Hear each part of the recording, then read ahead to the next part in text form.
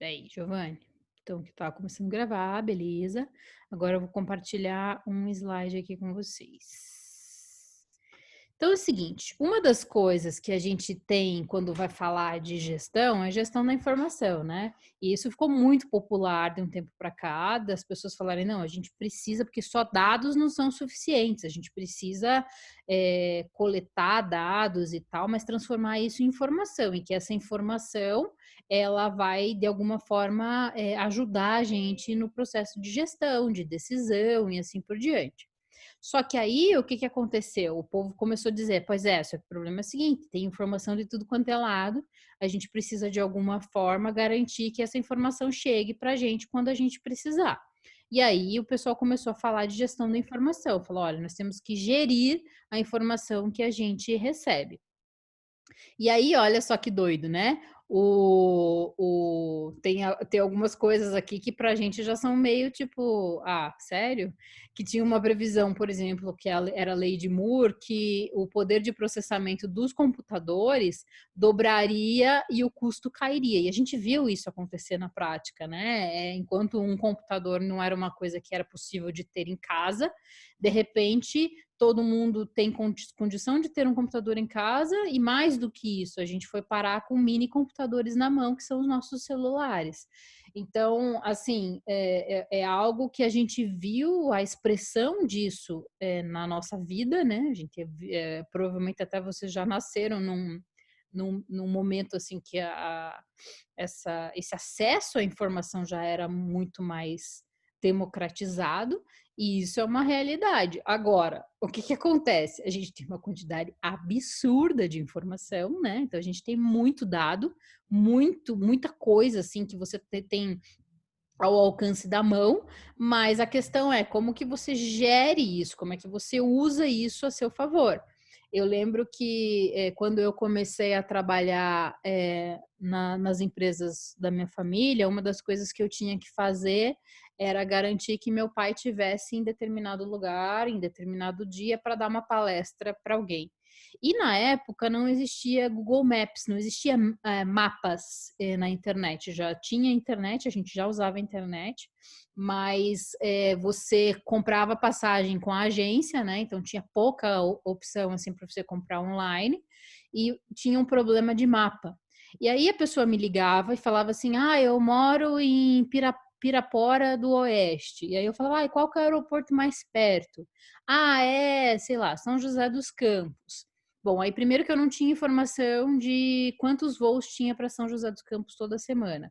Eu também não tinha certeza da distância que ele me falava, porque o povo de interior sabe como que é, né? Você fala, mas escute, quanto que é de distância aí de Pirapora do Oeste até o aeroporto? Aí o cara falava, ah, é rapidinho, você pega o carro ali, é rapidinho. Só que o rapidinho dele era 4 horas, 5 horas, né?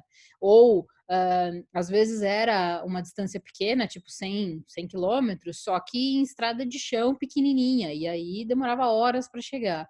Então, a gente viu isso mudar muito, então a gente tem muito acesso a dados, muito acesso à informação.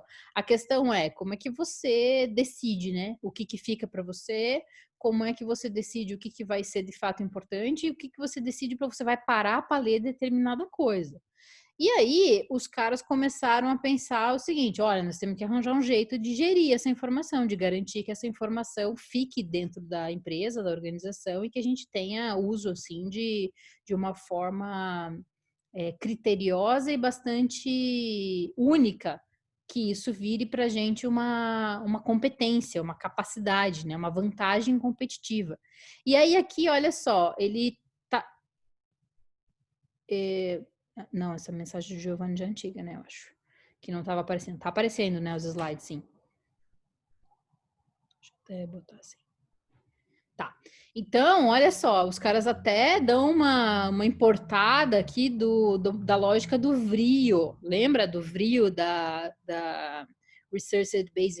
Based View, da visão baseada em recursos, que é aquela coisa de você ter uma coisa valiosa, ter uma informação valiosa, ou você tem um recurso valioso, tem um recurso que não é imitável facilmente, como que você usa isso dentro da organização. Então, é assim, meio que tá. Ótimo, preciso de manter a informação, eu preciso ter tecnologia para usar isso como uma vantagem competitiva. Então, assim, eu tenho que pensar nesses detalhes. E aí, né, gente, começa aquelas coisas assim que os caras começam a tentar colocar quadradinhos para as coisas. O que que é uma informação útil? Ah, que ela seja precisa, que ela seja completa, que ela seja relevante, que ela aconteça no momento certo. E claro, né, tudo isso é algo que a gente não precisa nem pensar muito para imaginar que uma informação útil precisa ter essas características. E aí eles falam um pouquinho de alguns custos, né? Custo para quanto que você gasta, não só em termos de dinheiro, mas em termos de tempo e funcionário, ou seja lá o que for, para você ter essa informação. Você tem que comprar de alguém, você tem isso de graça na internet, mas você tem que pegar um cara para falar, ficar lá procurando para você. Quanto que isso custa para processar essa informação, né? Esses dados que você tem que vão se transformar em informações úteis para você.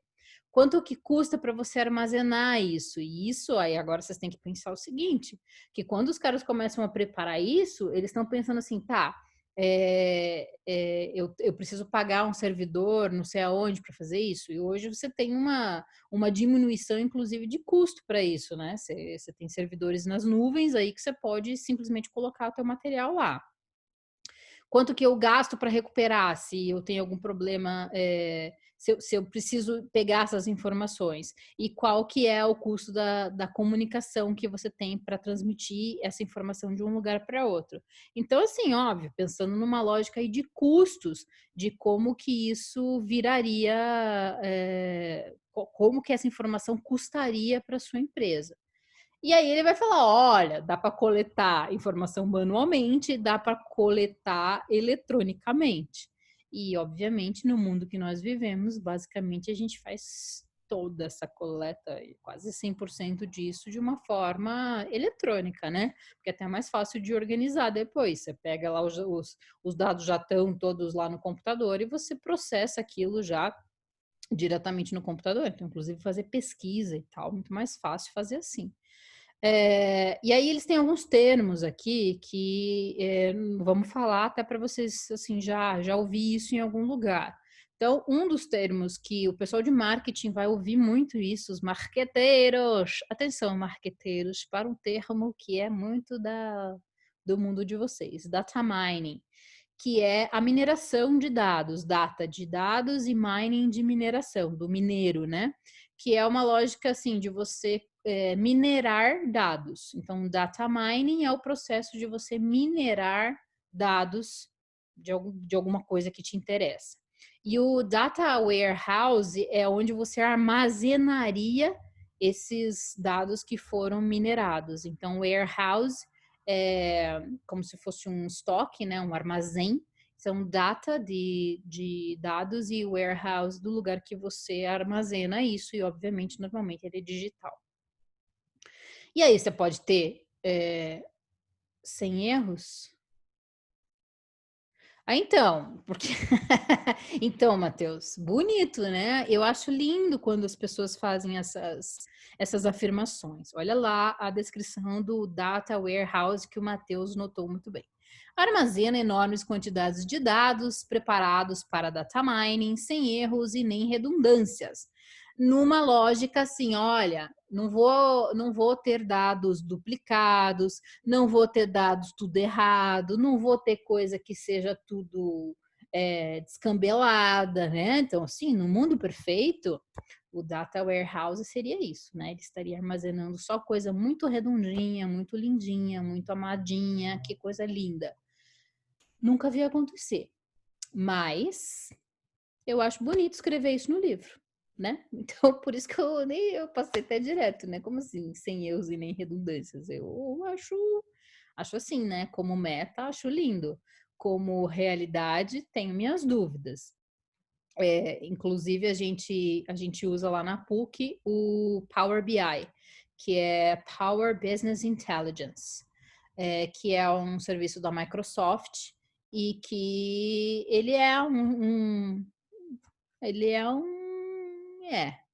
Tá, ele é um data warehouse, mas ele é um pouco assim. O pessoal trabalha um pouco mais os dados, o Power BI. E assim, daí lá tem relatórios sobre o que está acontecendo, o que não está acontecendo, qual que é as perspectivas.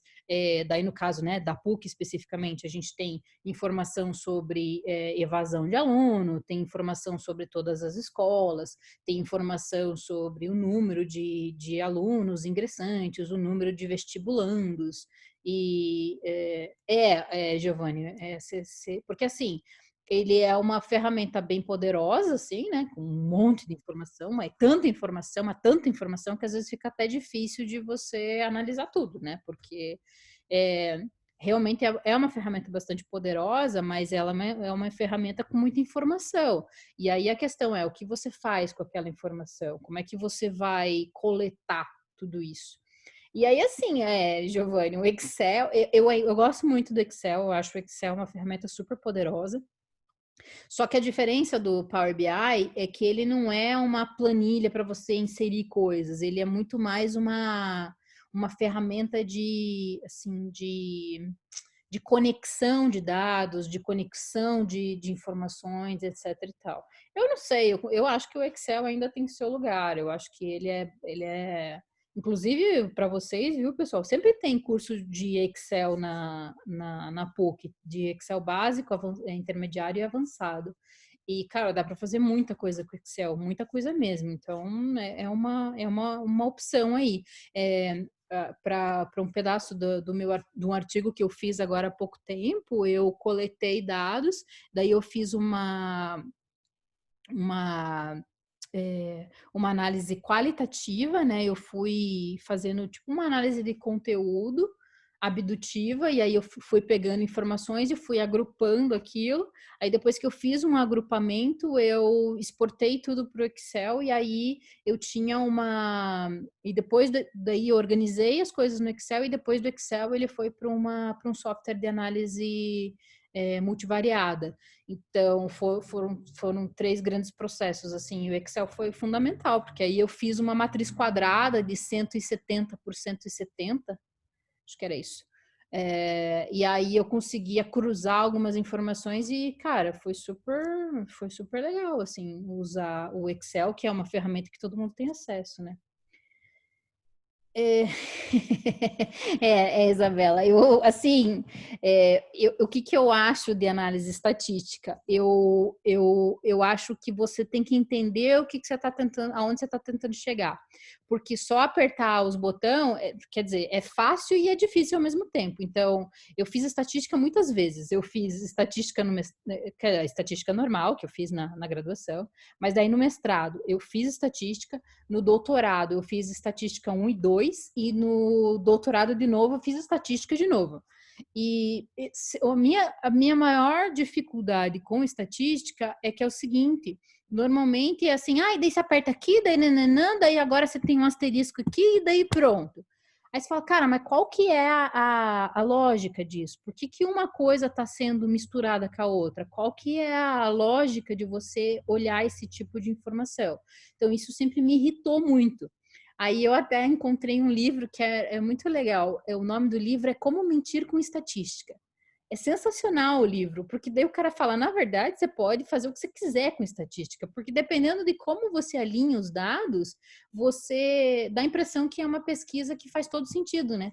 Aí o cara fazia alusões assim, tipo, o número de mortes sei lá, por febre amarela está relacionado positivamente com o número de vezes que os casais batem as portas quando estão numa DR.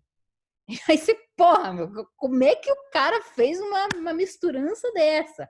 Só que o cara fala em termos estatísticos e dá a impressão que o cara é inteligente, né? Porque o cara fala, não, porque daí eu peguei, e aí eu fiz uma análise aqui, daí eu apertei esse botão, e daí saiu asterisco não sei o quê, e daí você fica pensando, cara, nossa, que homem inteligente.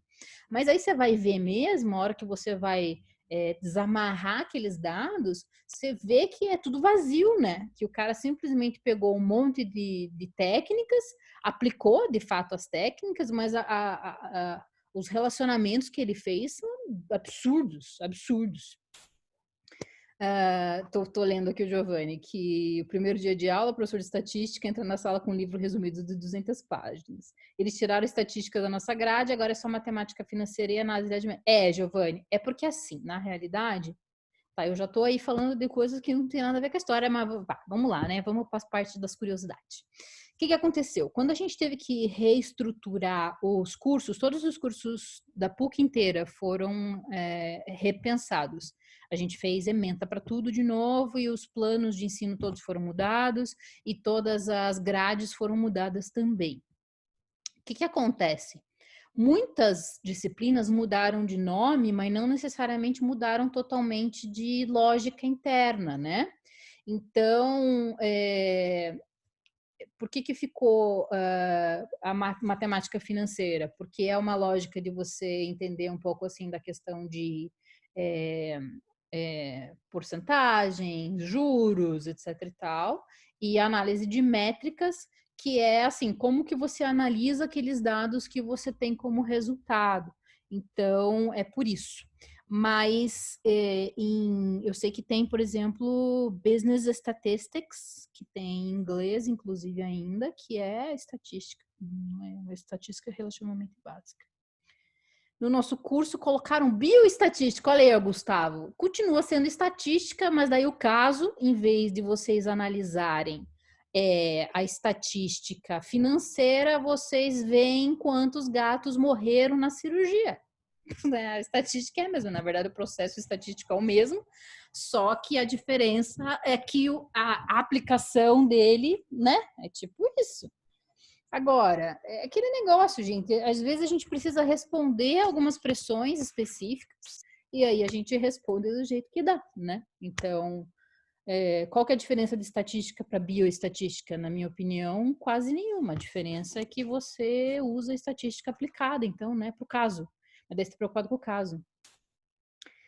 Olha aí, ó, as aulas de estatística, Isabela. Peso, idade e altura dos alunos. Pronto, tá resolvido. É uma forma de você obter dados que estão ali na sala, né? Isso é, inclusive, bem comum para os professores de estatística. Eles olham, tamanho do sapato, tamanho da roupa, idade, altura, etc., justamente para você coletar dados rápidos ali e para tentar mostrar para o aluno que você consegue fazer estatística com qualquer tipo de dado, né? Contanto que você tem algum tipo de informação ali. Então é isso. Muito bem, então tá. Então fomos daí resolvendo o problema do data mining. Aí tá, dá para fazer data mining supervisionado e não supervisionado, que é tipo, tá, né, deixa o computador lá processando as informações, ou tem alguém em cima olhando o que tem que fazer. E aí vem uma lógica aí de processamento dessas informações. E aí, como eu disse para vocês, não faz sentido aqui a gente ficar tentando entender como que é o processamento das informações, até porque depende do tipo de informação e depende de que tipo de resposta que você quer. Então, como eu disse para vocês, no meu último artigo, eu fiz primeiro uma análise qualitativa, depois eu fiz era uma análise bibliométrica, na realidade, eu coletei, acho que eram, eu não lembro, acho que era tipo quase 400 artigos, eu coletei eles, aí eu codifiquei todos eles, daí depois que eu codifiquei, eu criei uma matriz para eles e daí eu fiz uma análise estatística. Então depende do que você quer, o que você quer responder. Então existem formas diferentes de você processar as informações. Então não faz muito sentido a gente ficar pensando aqui, o que poderia fazer, se a gente não sabe exatamente o que a gente quer. E aqui, ele está falando um pouco de proteção da informação, que, olha, assim, precisa proteger as informações, precisa proteger as informações. Faz sentido a gente também ficar discutindo como proteger as informações aqui? Não me parece que cabe muito para a gente que está estudando marketing, para a gente que está estudando gestão, saber como que é os processos de proteção. Então, assim, precisa proteger as informações? Óbvio. Agora, como que faz? Que a gente deveria... Realmente, não, acho que não cabe muito para o nosso caso aqui, né? E aí ele falando sobre como que você acessa isso, olha que coisa moderna, né? Tem intranet, etc e tal, que não é muito o extranet, internet, que não é muito assim a nossa preocupação aqui. Então, eu achei importante a gente dar uma passada nisso daqui, até para a gente dar uma pensada nessa lógica de gestão da informação. Agora, eu vou até liberar a câmera aqui para vocês, para mostrar isso aqui. Você lembra que eu falei desse livro aqui para vocês, né? Que eu queria até ter incluído ele um pouco mais, porque ele tem uma coisa assim bastante crítica sobre gestão, né? E eu achei isso aqui eu anotei para vocês faz já no começo, quando a gente acho que nem estava ainda na época do coronavírus, e eu tinha anotado isso aqui porque eu pensei em vocês. Olha só que interessante isso daqui.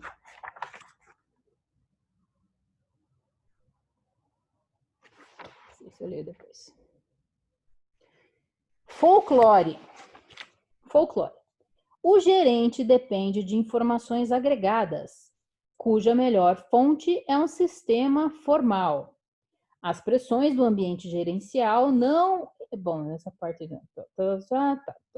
Beleza, tá. Então, a crença, né, aqui, que o gerente depende de informações agregadas, nessa lógica aí de gestão da informação, cuja melhor fonte é um sistema operacional.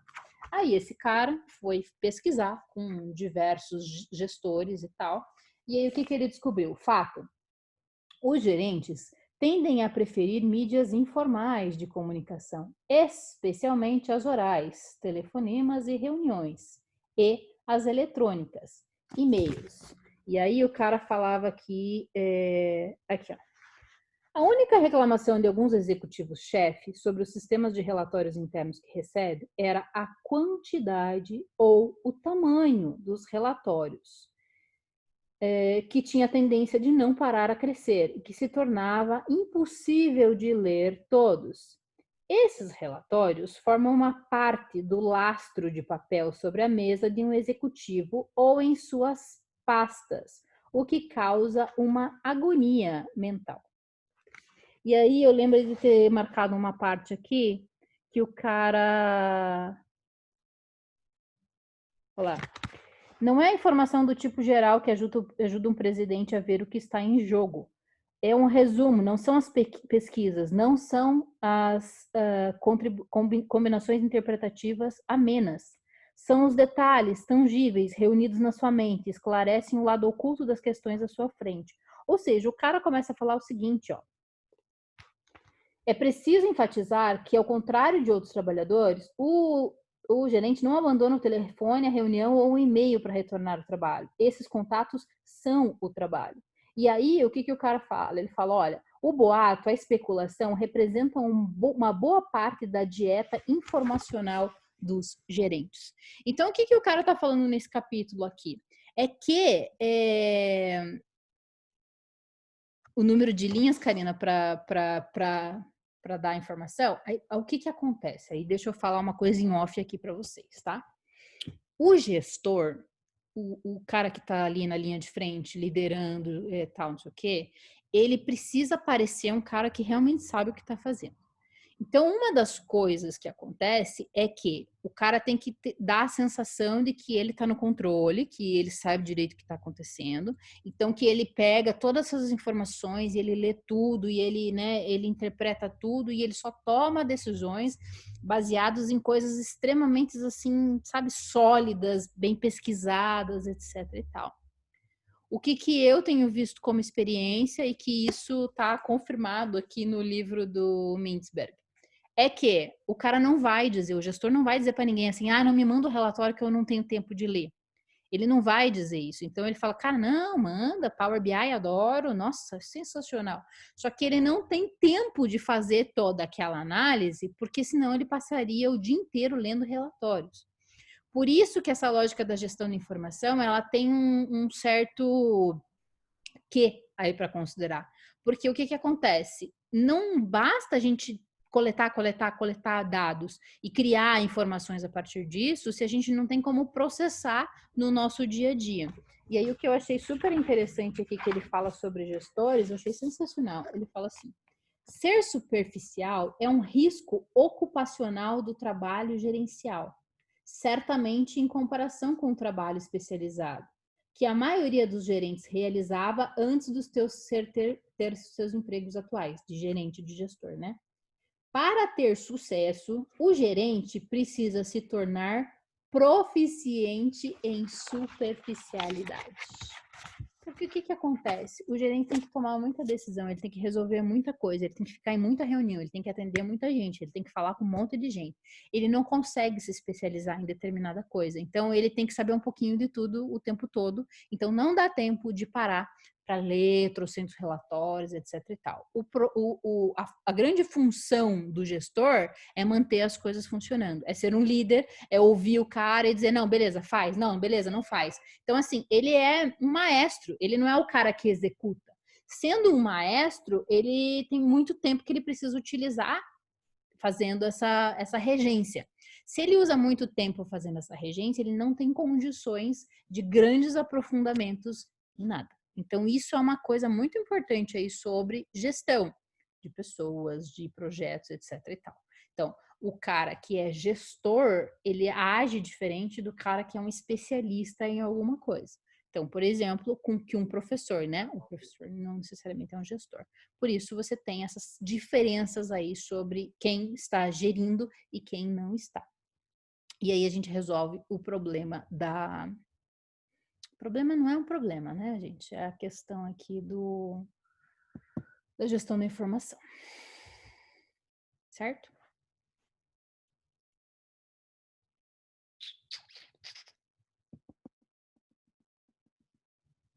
Então aí. Karina, obrigada. Ó, de coração, você é a pessoa mais amada desse chat aqui, que você tá sempre ali só no sim, não, ok, bom, não, não, muito bom. Tá, e aí, deixa eu só ver um negócio aqui.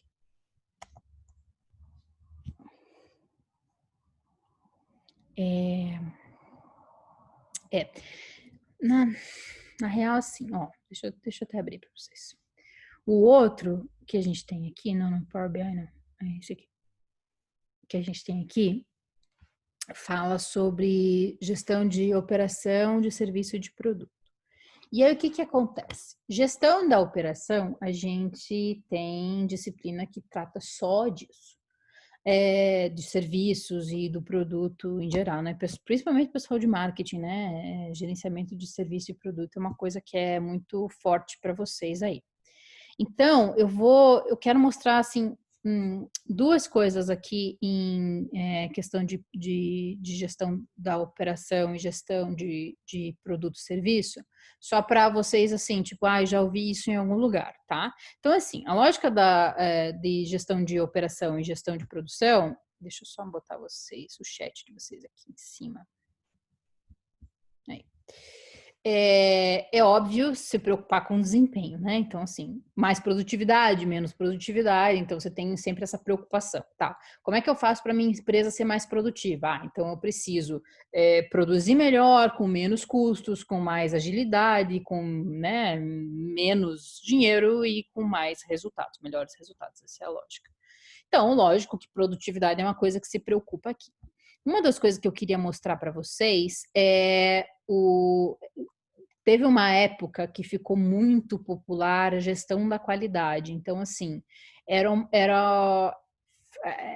assim, uma coisa que todo mundo, meu Deus, nós temos que ter esse negócio, porque, gente, todo mundo tem, nós queremos ter também. Então, essa coisa assim da gestão da qualidade, dos anos 90 para frente, ficou muito forte. E todas as empresas queriam ter isso, porque era uma forma de dizer assim, não, eu me preocupo com a qualidade, em garantir a qualidade dos produtos, a qualidade dos serviços, etc. E aí veio o ISO 9000, que era uma certificação internacional dizendo assim, olha, essa empresa, ela tem um selo que chama ISO 9000, porque ela cumpre todos os requisitos que internacionalmente se entende como qualidade, como gestão da qualidade. E aí as empresas faziam, nossa, vendiam um rim para ter um selo ISO 9000. Isso ficou super popular. E aí, só que o que começou a acontecer na sequência? Hoje eu vejo poucas empresas aí dizendo, eu tenho um selo ISO 9000, mas os anos 90 e um pedaço importante dos anos 2000, isso era assim, tipo, nossa, que incrível, né? Porque era uma demonstração até para a sociedade, porque daí, assim, não era só uma preocupação para quem começou a adotar mais para frente, não era só uma preocupação de ter a qualidade, mas era assim, olha, eu tenho que mostrar para os meus clientes, para os stakeholders em geral, de que eu tenho qualidade. E você ter um selo era uma coisa que ajudava muito nisso. Então, esse foi o ISO 9000. Então, se vocês ouvirem falar, era isso, gestão da qualidade. Depois veio o ISO 14000, porque aí era assim, olha, não basta você se preocupar com a qualidade, você tem que preocupar com o meio ambiente. O meio ambiente é muito importante também, então a gente precisa que você, empresa, se preocupe, né, com os rios, as nascentes, as coisas da natureza. E aí fizeram um outro selo, que aí chamava ISO 14000. Então, quando vocês ouvirem falar aí por aí sobre essa coisa de gestão da qualidade e falarem de alguns selos e padrões internacionais, o ISO 9000 e o ISO 14000 foram extremamente populares, justamente por causa dessa ânsia das pessoas, das empresas, de terem certificações dizendo assim, nós somos os caras de qualidade. Outra que também ficou muito popular, mas muito popular, é a gestão da qualidade total. Isso todo mundo falava também nos anos 90, anos 2000, que é o Total Quality Management, né, que é o TQM. Alguns usam como TQM, né, porque é Total Quality Management, ou gestão da qualidade total. Que era assim, qualidade, pessoal, vamos lá, todo mundo, qualidade temos que ter, hein? Foco, pensa no cliente, pensa no processo, vamos sempre melhorar, vamos cuidar da nossa equipe, vamos trabalhar todo mundo junto. Então tinha essa coisa assim de que tem que ter qualidade interna e tem que ter qualidade externa. Toda essa questão da qualidade foi muito assim, muito forte nessa época. E aí todas as empresas também queriam participar disso, né? Então, de ter uma gestão da qualidade total. E, inclusive criaram institutos na época, Instituto da Qualidade, etc e tal, e que isso você quase não ouve mais falar de gestão da qualidade total, de TQM, não assim, não com nome, né? Não que as empresas não tenham essa preocupação com a questão da qualidade, etc, mas a gente tem visto menos assim essa coisa do nome, assim, de tipo, ai, não, eu uso a gestão da qualidade total. Mas ainda assim é um processo aí a se considerar. E aí, assim, né, pessoal, aquela coisa assim que às vezes a gente lê e a gente pensa, mas não é meio óbvio isso aqui? Tipo, tá, a gente precisa ter a qualidade do serviço interno, óbvio, né? A gente tem que ter o povo aqui da alta direção e os funcionários de mãos dadas, trabalhando juntos, pensando na qualidade, e você entregar um serviço de alto valor percebido para o cliente, né, o serviço, o produto, etc e tal, e que isso, obviamente, levaria à satisfação do cliente e que o cliente continuaria comprando de você, gerando mais lucros e mais crescimentos. É meio...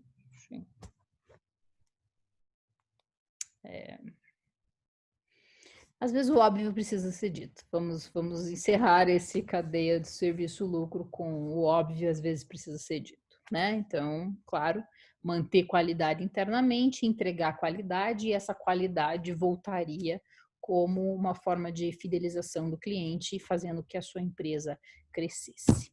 E aí, uma outra coisa também que ficou muito popular nessa área é o empowerment. Porque aí o que começou a acontecer? Falou, gente, qualidade, temos que entregar qualidade, nós temos que ter agilidade, rapidez, não pode demorar para responder as coisas, o mundo está mudando, o mundo está, né? Lembra que a gente até leu um tempo atrás um trecho que eu li para vocês que falava que os caras falavam assim, não, porque esse tempo de mudanças, nesse tempo de inovação, esse tempo agora, eu não sei nem onde que tá, que eu tinha separado para vocês também, que era uma coisa para trás, né? Que, puxa vida. Mas vocês lembram que eu li isso aqui para vocês, né? Que tava aquela coisa, nesse tempo de mudança, nunca se mudou tanto, e que era tipo uma coisa de 1900, né? Tá, não sei mais o que tá. Eu tinha marcado para vocês, eu cheguei a ler isso para vocês e agora não sei mais o que é. Mas enfim, vocês lembram. Então, aí chegou nesse momento aí que rolou essa coisa do empowerment, que é empoderamento, que era assim, olha, a gente precisa dar condição para o nosso funcionário, para o trabalhador responder. Ele tem que ter autoridade para algumas coisas, a gente tem que dar poder para ele responder algumas coisas. Porque senão, o que que acontece? Acontece um negócio lá, aí o cara tem que falar para o gerente, que tem que falar para o diretor, que daí tem que falar para o CEO, daí depois eles perguntam, mandam um fax não sei para onde, volta, demorava 3 meses para fazer uma resposta.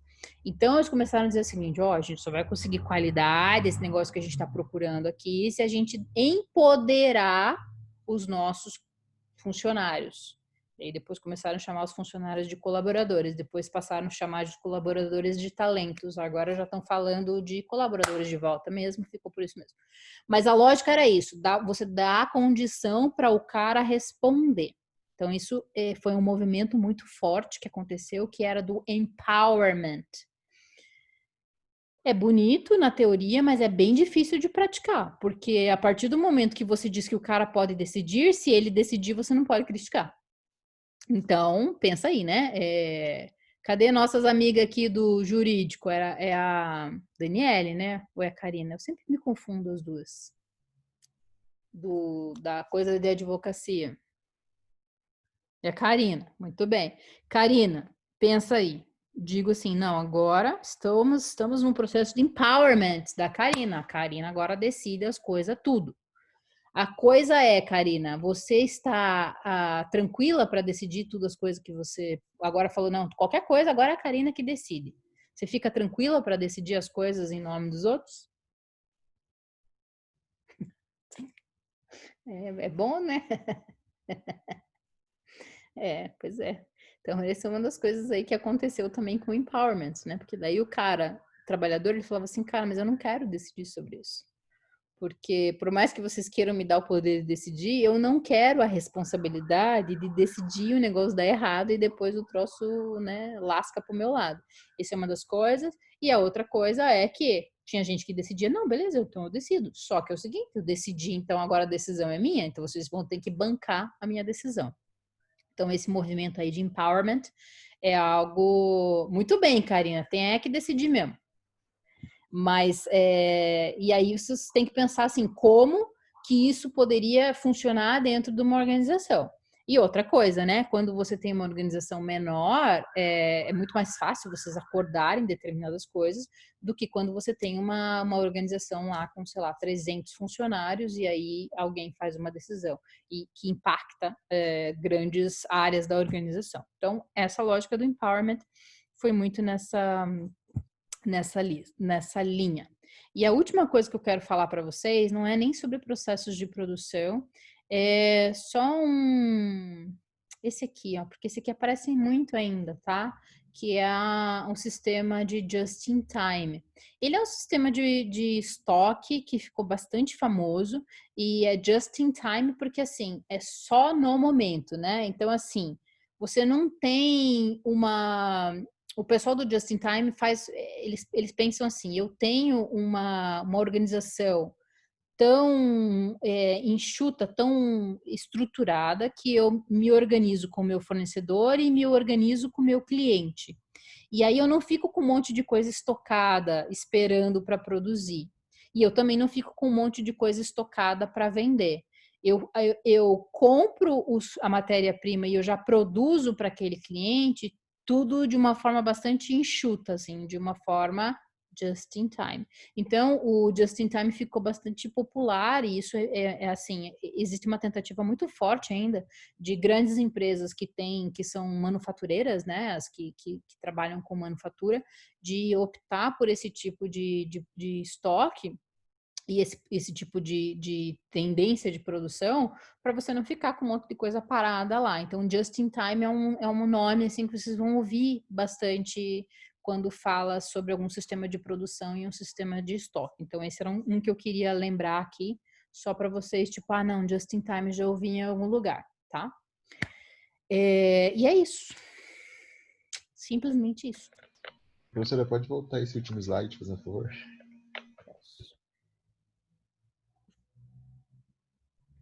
Esse? Esse? Você pode me repetir o primeiro tópico ali, Se eu do posso. lote econômico? Desculpa, eu não entendi. Você pode me repetir o primeiro tópico ali, fazendo um favor? Eu não Que falei eu não dos entendi. tópicos, Matheus, pelo seguinte. Ah, Esse é, assim, quando a gente estuda produção e gerenciamento de produtos e serviços, a gente acaba trabalhando cada um desses de uma forma um pouco melhor. Então, eu quis especificar mais o Just in Time para vocês, que é esse aqui, porque é um dos que mais aparece. Então, é um dos, assim, um negócio que o cara fala, eu trabalho em Just in Time. Então, é para vocês saberem que isso já, o que que isso quer dizer, tá? Era mais nesse sentido, de dar um panorama de que existe esse tipo de gestão de estoque. Mas não é exatamente super prioritário para a gente agora, que não está estudando produção, reconhecer cada tipo de situação dessa, tá? Maria Fernanda, sim, terça-feira é a prova. Tá?